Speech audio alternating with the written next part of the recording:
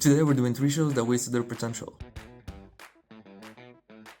Knowledge is power. Seize him.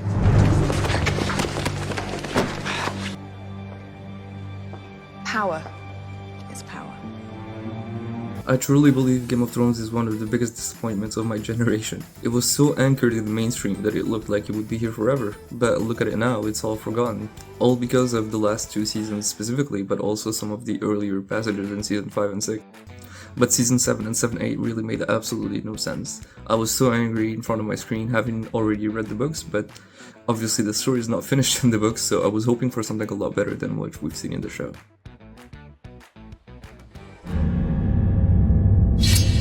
I've heard tales of your kind, Witcher. People call you a monster too. All of our choices draw our destinies closer. Next is The Witcher. I always knew the games were great, but I never got a chance to try them before actually watching the show. The show was pretty good.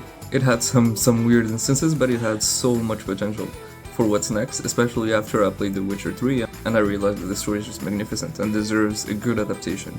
Unfortunately, well, I've watched the later seasons, and I think they speak for themselves. Some of the worst writing ever. Henry Cavill even left the show because of how bad the writing was, so... The cheerleader is the only way to prevent it. Prevent what? Wait! Save the cheerleader, save the world! Wait, hero! I don't understand! Back when I was a bit younger, Heroes was all the talk. Such a special show. It was a lot of fun to watch, and I think the concept was quite interesting. Today it might seem typical, but back then it wasn't necessarily the type of show that you would see coming around. Unfortunately, very quickly they kind of ran out of story, or the writers ran out of writing, but it just turned into the most terrible thing I've ever seen. There was a writer's strike during the making of the show, and they kind of never recovered from that. Rest in peace, Heroes.